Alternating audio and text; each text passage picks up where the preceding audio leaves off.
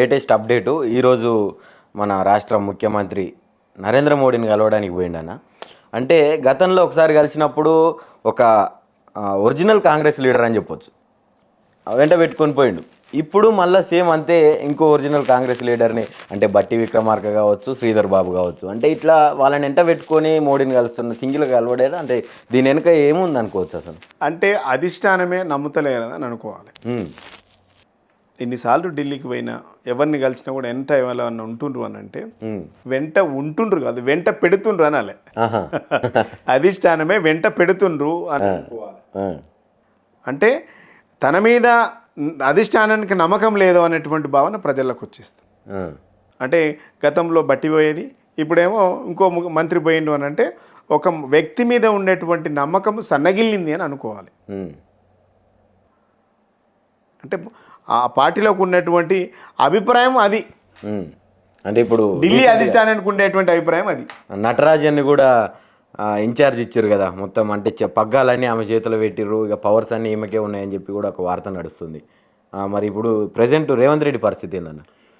ఏదైనా ప్రజలు అవకాశం ఇచ్చిండ్రు, వాళ్ళ సొంత పార్టీ విషయాలు మనకు అవసరం లేదనుకోండి, ప్రజలు అవకాశం ఇచ్చిండ్రు, 5 సంవత్సరాలు మీకు అవకాశం ఇచ్చిండ్రు. ఇప్పటికైనా సరిదిద్దుకొని పచ్చగున్న తెలంగాణను విచ్ఛిన్నం చేస్తూ ఉన్నారు. ఇది మంచిది కాదు. ఇలా ప్రజలు ఇబ్బందులు పడుతూ ఉన్నారు.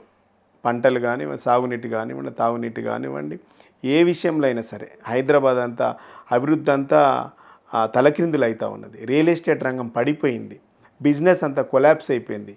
ఎక్కడ చూసినా అసలు పని లేదు అనేటువంటి భావనకు వచ్చేసిండ్రు. మళ్ళీ తెలంగాణ రావడానికి ముందు వలసలు వెళ్ళినటువంటి తెలంగాణ వాసులు వలసలు వాపస్ అయినాయి తెలంగాణ బీఆర్ఎస్ ప్రభుత్వం హయాంలో. ఇలా మళ్ళీ వలసలు మొదలయ్యేటువంటి పరిస్థితి కాంగ్రెస్ తీసుకొచ్చింది. పాత రోజులు అంటే సమైక్య రాష్ట్రం రోజులు తీసుకొస్తూ ఉన్నది. ఇది మంచి పద్ధతి కాదు. మంత్రులకు ముఖ్యమంత్రులకు సమన్వయం లేదు, మంత్రులకు ముఖ్యమంత్రికి సమన్వయం లేదు, మంత్రులకు అధికారులకు సమన్వయం లేదు, అధికారులకు కింద అధికారులకు సమన్వయం లేదు, మొత్తం వ్యవస్థకే సమన్వయం లేదు. ఈ సమన్వయం లేకపోవడం వల్ల వ్యవస్థ అంతా అస్తవ్యస్తమవుతూ ఉన్నది. దానివల్ల ఎవరికి నష్టం జరుగుతూ ఉందంటే ప్రజలకు నష్టం జరుగుతూ ఉన్నది. మీరు ప్రజలకు వాగ్దానాలు ఇచ్చిండ్రు, 420 హామీలు, 6 గ్యారంటీలు, ఇవన్నీ చేస్తామని చెప్పిండ్రు. అవి చేయాలి.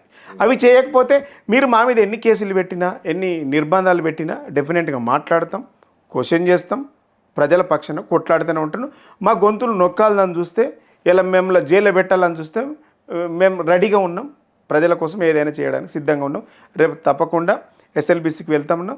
అక్కడ జరిగినటువంటి సంఘటన ప్రభుత్వం చేయడంలో విఫలమైంది. హరీష్ రావు గారి నాయకత్వంలో రేపు అందరం కూడా మేము ఎస్ఎల్బీసీకి వెళ్తా ఉన్నాం.